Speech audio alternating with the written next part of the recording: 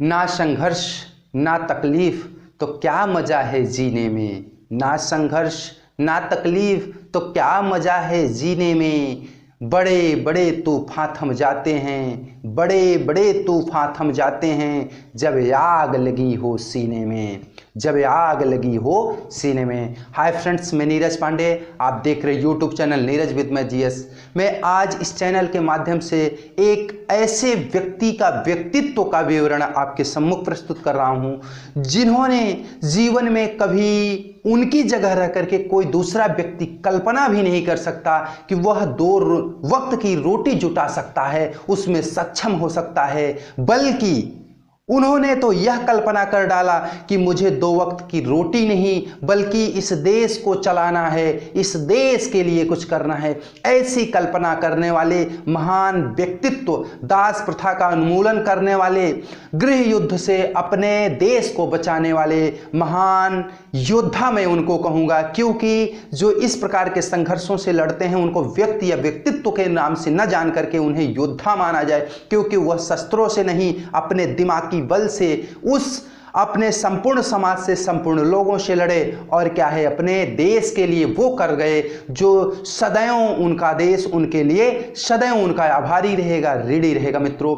आज मैं बात करता हूं अमेरिका के 16वें राष्ट्रपति अब्राहम लिंकन की। आप सभी ने किताबों में पढ़ा होगा, मैं भी छोटी क्लासों में था तो मुझे याद है, तभी की कहानी मुझे याद है, मैंने पढ़ा था कि मित्रों अब्राहम लिंकन का जो जीवन था वह कह सकते हैं जो बचपना का उनका बीता बहुत ही गरीबी में बीता। और गरीबी के साथ साथ लोग कहते हैं ना, गरीबी में आटा गीला होना, तो उनके साथ वही हुआ। प्रकृति भी उनकी साथ नहीं देती थी। मित्रों, होता क्या है कि 1809 ईस्वी में तो इनका जन्म हो जाता है। 12 फरवरी को 1809 ईस्वी में इनका अमेरिका में जन्म होता है। और होता क्या है मित्रों कि जन्म के कुछ ही वर्षों बाद इनके माता पिता से, इनके माता जो थी उनसे इनका साथ छूटता है। अब होता क्या है मित्रों कि इनके जो पिता थॉमस थे, थॉमस लिंकन, और इनकी माता नैन्सी थी, इन दोनों के से ये जन्म लेते हैं। और फिर होता क्या है मित्रों कि ये आगे बढ़ते हैं और गरीबी में इनके पास दो वक्त की रोटी भी नसीब नहीं होती थी, और सामान्य चीज़ भी, भौतिक संसाधन की तो बात ही छोड़ दीजिए, कुछ था ही नहीं। इनके पिताजी सामान्य बढ़ई थे और किसान थे, किसी प्रकार से यत्न करके भोजन परिवार के लिए कर लेते थे। हुआ क्या मित्रों, 1818 आया, उस समय इनकी माँ का भी मौत हो गया। और माँ की मौत फिर इनके जीवन में एक कह सकते हैं तमसा छा गया, अंधकार सा छा गया। इनका संसार क्या हो गया, सिमट के रह गया मित्रों। लेकिन ये हार नहीं माने, ये सतत लगे रहे। और चूंकि इनके आसपास जो विद्यालय भी थे वहाँ जाते तो इनके पास पैसे नहीं थे पढ़ने के लिए मित्रों। इनके पिताजी इनके सपोर्ट में नहीं थे कि ये पढ़ लें। होता क्या है कि माँ के गुजरने के बाद इनके पिता ने दूसरी शादी कर ली, क्योंकि इनकी एक बहन भी थी, ये भी थे, इनको संभालना मुश्किल था, इसलिए पिता ने दूसरी शादी कर दी। और एक विधवा से इनकी शादी होती है जब इनके पिता की, तो वो जो माँ आती उनके पास पहले ही बच्चे थे। लेकिन लोग कहते हैं कि जो विधवा माँ होती है वह बच्चों को प्यार नहीं देती। मित्रों, ये यहाँ पर क्या होता है, उलट जाता है। और अब्राहम लिंकन की उनकी विधवा माँ, सौतेली माँ, इस प्रकार से उनको मानती है मित्रों कि वह उन्हीं के लिए हो जाती है और उनको एहसास नहीं होने देती है कि उनकी माँ नहीं है। मित्रों, होता क्या है कि वो उनकी जो माँ थी, सौतेली माँ, वह थोड़ा पढ़ी लिखी थी और उनको अंगीठी जला करके, अंगीठी आप सभी जानते होंगे कि एक कह सकते हैं कि अलाव, आग लगा करके एक मिट्टी का चारों तरफ से घड़ा बना लेते हैं, उसमें आग जलाते हैं, उसको अंगीठी कही जाती है। तो अंगीठी में आग जला करके उस आग के सम्मुख इनको अब्राहम लिंकन को पढ़ाया करती थी। और मित्रों, उस समय इनके पास और कोई व्यवस्था था भी नहीं, तो इनको क्या करती थी कि लकड़ी का जो पिढ़ई होता है, लकड़ी का एक कह सकते हैं सपाट करके उसको बना लिए और उसी पे लिखने के लिए। लेकिन सबसे बड़ी समस्या, इनके पास लिखने के लिए इंक भी नहीं थी, इनके पास वो कहते हैं ना, अब चौक भी नहीं था, दुधिया भी नहीं थी। अब यहाँ समस्या, लेकिन इनकी माँ इतनी बुद्धिमान थी कि उन्होंने उसका भी तरकीब निकाला और क्या किया कि जो राख लकड़ी आग लगा करके जलाते थे मित्रों, उस लकड़ी से होता क्या है कि जो कोयला निकलता था, उस कोयले से उस पिढ़ई पे क्या करती थी, लिखती थी। और उससे क्या होता था, जब लिख देती थी तो उसमें अंक उभर आते थे। और ऐसे ऐसे करके इनकी माँ इनको सिखाई और धीरे धीरे करके इनकी तन्मयता, इनकी लगन इतनी बढ़ी कि यह अपने कह सकते हैं कि पढ़ाई को आगे रखते रहे। और मित्रों उसी बीच क्या होता है, एक कहानी इनके साथ घटती है। होता क्या है, इनकी पढ़ाई की लगन देखते हुए इनके मन में एक उत्सुकता जगी। चूंकि अमेरिका के जो प्रथम राष्ट्रपति वाशिंगटन थे, वाशिंगटन की कहानी इनको बहुत प्रभावित करती थी, लेकिन यत्र तत्र छोटी मोटी बातें उनकी सुने थे ये। इनको लगता था मैं उनकी किताब कभी पा जाऊं तो मैं उसको बहुत डीपली पढ़ लूं, बहुत अंदर घुस करके पढ़ लूं और मुझे कुछ सीखने को मिल जाए। मित्रों होता क्या है कि एक दिन इनको ऐसा पता चलता है कि इनके ही गांव के एक किसान के पास वाशिंगटन की एक किताब है, आत्मकथा है। ये चले जाते हैं उस किसान के पास, अनुनय विनय करके उस किताब को ले आते हैं मित्रों, और उस किताब को ले आते हैं और पढ़ते हैं। लेकिन होता क्या है मित्रों, इनके पास कोई व्यवस्था तो थी नहीं, ये बाहर बैठ के पढ़ रहे थे अलाव जला के। बाद में होता क्या है, पढ़ते पढ़ते पढ़ते पढ़ते सो गए। अब जब सो गए और ठंड का मौसम था, ठंडी सर्दी बहुत चरम पे थी, होता क्या है मित्रों कि वो जितनी सारी ओस गिरती है, ओस उस किताब पे गिर जाती है, किताब पूरी भीग जाती है, वो पानी पानी हो जाती है। दूसरे दिन डरे सहमे एकदम भीगी बिल्ली बन करके ये उस किताब को लेकर के उस किसान के पास पहुंचते हैं और बड़े आग्रह और अनुनय विनय के साथ उस किसान को अपनी वृत्तांत को बताते हैं। लेकिन किसान एक भी न सुना और किसान ये कहा कि मुझे ये मेरी किताब चाहिए। तो वो बोले मेरी सामर्थ्य ही नहीं कि मैं आपको किताब खरीद के दे सकूं, मैं क्या कर सकता हूं आप बताएं। तो किसान, भाई देखिए, हीरे का कीमत जौहरी जानता है, वो अन्य आदमी नहीं जानता है। तो उस समय के जौहरी जो थे वो अब्राहम लिंकन थे। तो वह किताब जो थी वह अब्राहम लिंकन के लिए हीरे से भी मूल्यवान थी, कोहिनूर ही लाख थी। लेकिन उस किसान के लिए वो किताब एक कागज का टुकड़ा था। वो सोचा कि चलो ठीक है, इस किताब के बदले मैं कुछ काम करा लेता हूं। और वह अब्राहम लिंकन को कह देता है कि अगर किताब तुम्हें चाहिए तो तुम 3 दिन मेरे यहां मेहनत कर दो और किताब तुम लेते जाओ, ये किताब मैं क्या करूंगा। मित्रों होता क्या है कि अब्राहम लिंकन उस किताब की बात को जब सुनते हैं तो उनके मन में वो कुतूहल जगता है, वो उत्साह जगता है, वो कह सकते हैं कि उमंग जगती है कि उनको लगता है यार ये किताब मेरी होगी। और उस किताब को अपनी सुन करके उनके मन में वो प्रसन्नता होती है कि वो उसी समय से उस किसान के खेत में लग जाते हैं। और 3 दिन वह बोला था, 3 दिन ये बड़े तन्मयता के साथ, जो मेहनत करनी चाहिए किसान रहे न रहे, लेकिन उसके खेतों में वो तरीके से काम करते रहे। मित्र 3 दिन का काम देख करके वह किसान इनसे बहुत प्रभावित हुआ। वह उस किताब तो दिया, उसके बदले इनको कुछ पारितोषिक भी दिया, पारिश्रमिक कह सकते हैं, पारितोषिक मत कहिए, पारिश्रमिक इनको दिया, क्योंकि वह खुश था कि यह लड़का जो है 3 दिन बड़े तन्मयता के साथ मेरा काम किया, जो 6 दिन का काम 3 दिन में निपटा दिया। तो 3 दिन के बदले तो मैं किताब दे रहा हूं, लेकिन 3 दिन की इसको मैं क्या करूंगा, एक पारिश्रमिक दूंगा। और मित्रों वो पारिश्रमिक और बुक लेकर के अपने घर आते हैं और इस किताब को पढ़ते हैं। उनके मन में वो उत्साह जगता है कि मुझे भी देश का राष्ट्रपति बनना है।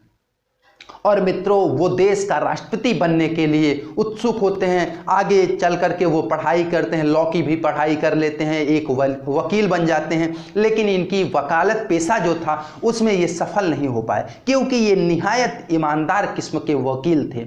यह किसी गलत तरीके के पैसे को स्वीकार नहीं करना चाहते थे, गलत तरीके के मुकदमे को हैंडल नहीं करना चाहते, जिससे इनकी वकालत भी नहीं चल पाई और ये सामान्य से रह गए।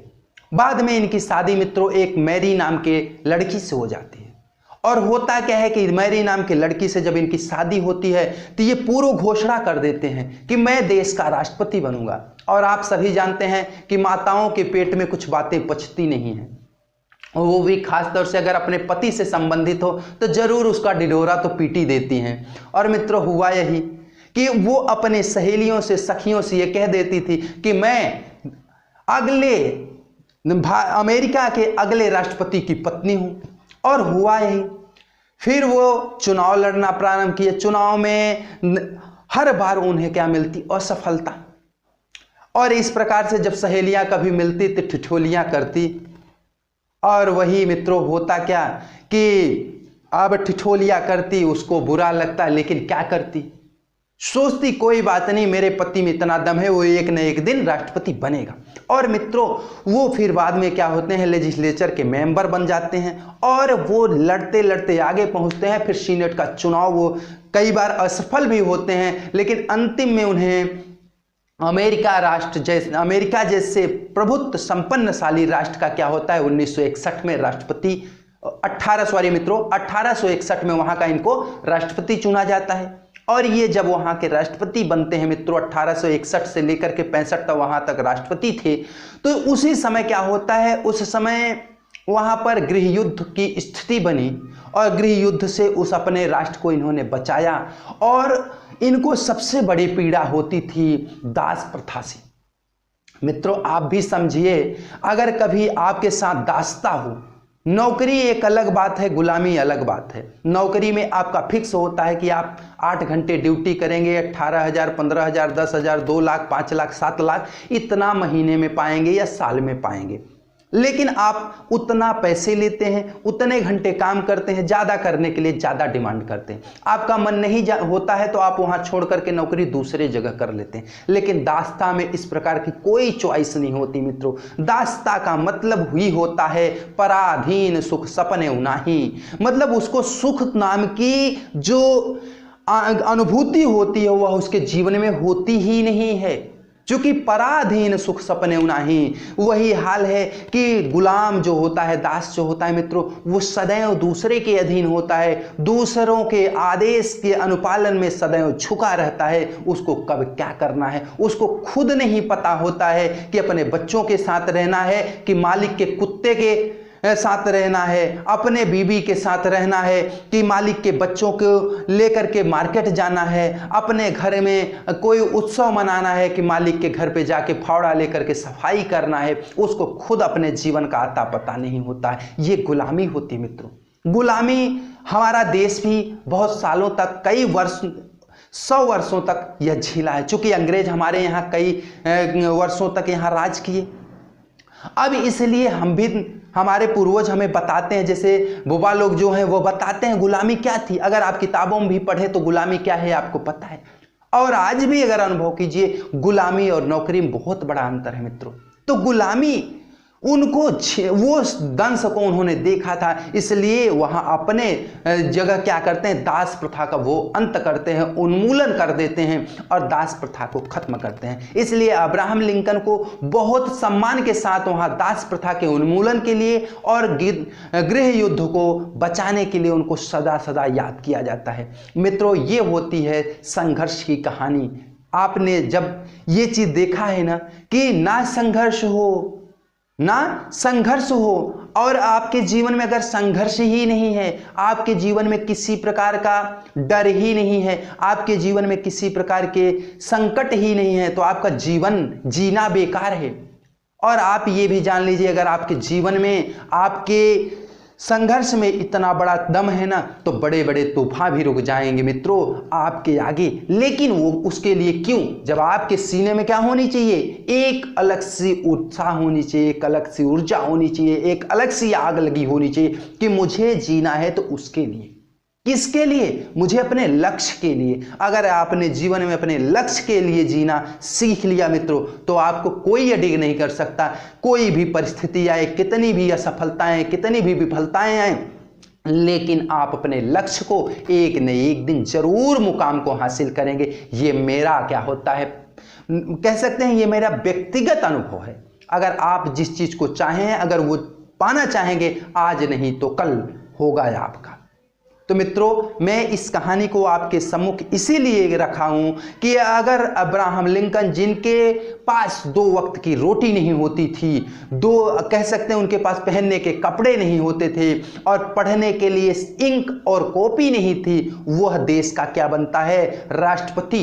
तो आपके पास तो आज बहुत कुछ है, सरकारों द्वारा भी आपके लिए बहुत कुछ किया जा रहा है, तो आप क्यों नहीं कर सकते हैं? अगर आप नहीं कर रहे हैं, निश्चित रूप से आप अपने जीवन से, अपने परिवार के साथ, अपने समाज के साथ घात कर रहे हैं। आप कुछ कर नहीं रहे हैं, केवल घात कर रहे हैं। अगर आप मेहनत करेंगे तो आप वो जरूर प्राप्त करेंगे जो आप चाहते हैं, जो आपका लक्ष्य है। इसलिए अपना लक्ष्य निर्धारित कीजिए और अपने लक्ष्य की ओर आगे बढ़िए और तब तक न रुकिए जब तक लक्ष्य की प्राप्ति न हो जाए। ये समाज, दुनिया, किसी को मत सुनिए, सिर्फ अपने दिल की सुनिए। दिल कहता है एक दिन वो लक्ष्य मिलेगा। और लोग कहते हैं ना कि दुनिया क्या है, दुनिया से मतलब मत रखो मित्रों। दुनिया वही स्थिति है कि अगर अच्छे दिन है तो भैया भैया, अगर बुरे दिन हो गए तो आपको कोई पहचानता नहीं। तो इसलिए दुनिया को मत देखिए, खुद को देखिए और खुद में इंप्रूव कीजिए। अगर खुद को बढ़ा लिए मित्रों ना, तो दुनिया है आपकी, और खुद को अगर घटा लिए तो फिर आप किसी के नहीं और दुनिया भी आपकी नहीं। यही होगा मित्रों। इसलिए मेहनत कीजिए। जिस भी क्षेत्र में आपको लगता है इंप्रूव कर सकते हैं, उस क्षेत्र में तन्मयता के साथ पुरजोर तरीके से मेहनत कीजिए और अपने सफलता को निर्धारित कीजिए, लक्ष्य को प्राप्त कीजिए। जय हिंद, जय भारत।